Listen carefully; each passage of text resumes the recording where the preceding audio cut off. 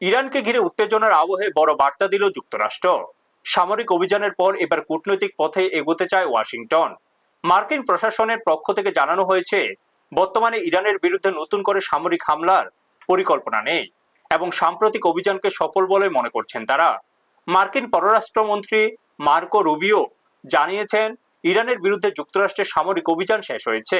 তার দাবি, অভিযানের মাধ্যমে যে লক্ষ্য নির্ধারণ করা হয়েছিল তা পূরণ হয়েছে এবং ইরানের সামরিক ও কৌশলগত সক্ষমতা উল্লেখযোগ্যভাবে দুর্বল হয়েছে। রুবিও বলেন, এই মুহূর্তে নতুন করে কোনো হামলা চালানোর পরিকল্পনা নেই, বরং সামরিক পদক্ষেপের পরিবর্তে এখন কূটনৈতিক সমাধানের উপর বেশি গুরুত্ব দিচ্ছে যুক্তরাষ্ট্র। তার মতে, সংঘাতকে আরো দীর্ঘায়িত করার প্রয়োজন নেই এবং আলোচনার মাধ্যমে স্থিতিশীল পরিস্থিতি ফিরিয়ে আনা সম্ভব। তবে যুক্তরাষ্ট্রের এই অবস্থানের পরও মধ্যপ্রাচ্যের পরিস্থিতি পুরোপুরি স্বাভাবিক হয়ে ওঠেনি। আন্তর্জাতিক মহলের একাংশ মনে করছে, অঞ্চলটিতে এখনো উত্তেজনা বিরাজ করছে এবং পরিস্থিতি ভবিষ্যতে কোন দিকে মোড় নেবে তা এখনই নিশ্চিত করে বলা কঠিন। এদিকে যুদ্ধবিরতি এবং দীর্ঘমেয়াদী শান্তি প্রতিষ্ঠার লক্ষ্যে বিভিন্ন দেশের মধ্যে কূটনৈতিক যোগাযোগ ও আলোচনা বাড়ছে।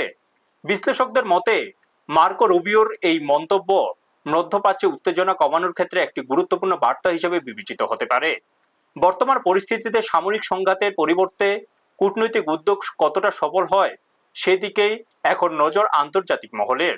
ব্যুরো রিপোর্ট, নিউজ তৎকাল 24।